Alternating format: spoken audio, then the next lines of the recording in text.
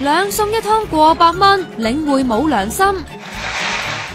菜心咪炒牛肉，梅菜鯇魚加番茄薯仔湯，自己煮又平又正誒。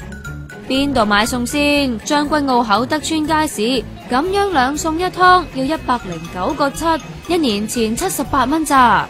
零舍貴㗎。比起出邊咧貴幾多度？貴啊！我諗每樣嘢都貴2-3蚊。咁我喺度住有乜辦法啫？我冇理由下下搭車出去㗎嘛。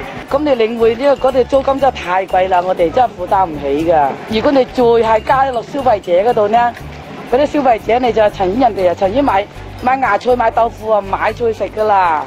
工聯會調查發現，領匯翻新厚德街市之後瘋狂加租，按年漲幅近14%。要慳家，先拉件招拆招。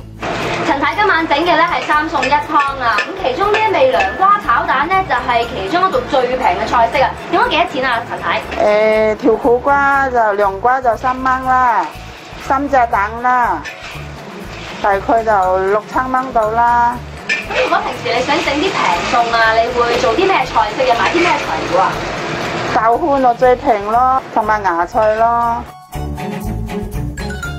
就算唔去厚德街市度買餸，咁簡單嘅3餸1湯，冬瓜湯、豉油雞、涼瓜炒蛋同埋菜心，夾埋都要成80-90蚊㗎啦，比起1年前啊貴咗1成有多啊！工聯會話政府最好回購領匯，因為啲基層市民俾佢撳住搶咁話啊！